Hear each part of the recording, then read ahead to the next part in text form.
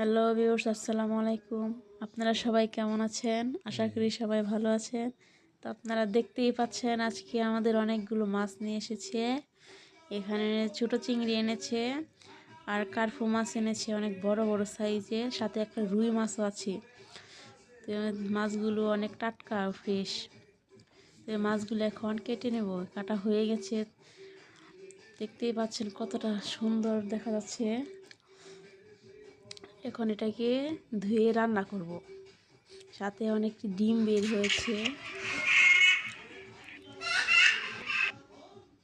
এই যে মাছগুলো ধুয়ে এনেছি, এখন এগুলোকে রান্না করব।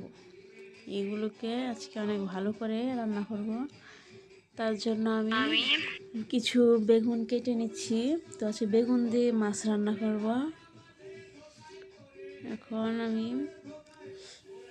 পেঁয়াজ কুচি করে কড়াইতে দিয়ে দিলাম, এখন তেল দিয়ে দিলাম। এখানে ভালো করে ভেজে নিয়ে এখন কাঁচামরিচ, পেঁয়াজ রসুন দিয়ে দিলাম। এগুলো আমি কিছু দিয়ে বেটে রেখেছিলাম, এগুলো এখন দিয়ে দিলাম। এখন এগুলোকে বাঁচা হয়ে গেলে পরিমাণ মতো পানি দিয়ে দেবো কষানোর জন্য।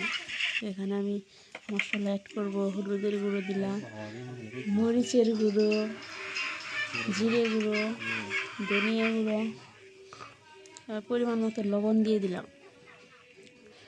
তো এগুলো এখন নেড়ে চেড়ে মিশিয়ে দিয়ে কিছুক্ষণ কষাতে থাকবো। এখানে আমি টমেটো কুচিও দিয়েছি, বেগুন, আলু। এখন মশলা কষানো প্রায় হয়ে এসেছে। এখন এখানে মাছ দিয়ে দিচ্ছি। মাছগুলোকে একটু ভালো করে নেড়ে চেড়ে দিতে হবে। তো আজকে মাছের মাথাগুলোই রান্না করছি।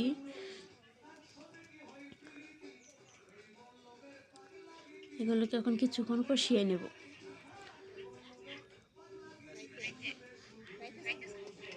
তো মাছের থেকে অনেক তেলও বেরিয়েছিল। এই যে এগুলোকে ভালো করে নেড়ে চেড়ে দিতে হবে।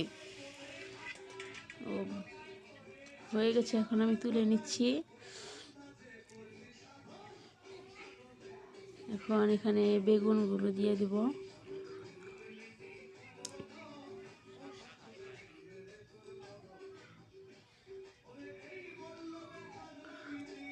এখন নেড়ে চেড়ে মিশিয়ে দিতে হবে টমেটো দিয়ে।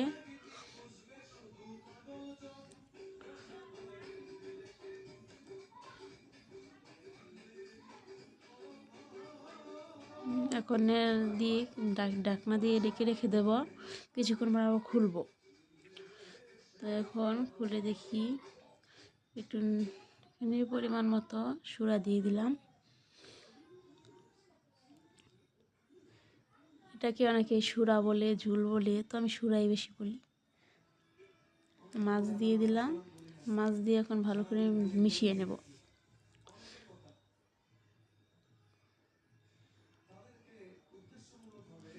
মাছগুলো একটু ভালোভাবে ভিজিয়ে নিতে হবে, না হলে সেদ্ধ হবে না। তো এখন ঢাকনা খুলে দেখব হয়েছে কিনা।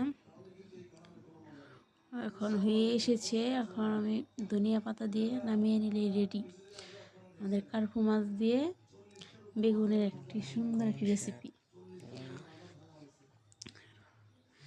আপনাদের যদি এই ভিডিওটি ভালো লাগে অবশ্যই লাইক, কমেন্ট, শেয়ার করবেন আর চ্যানেলটি অবশ্যই সাবস্ক্রাইব করবেন।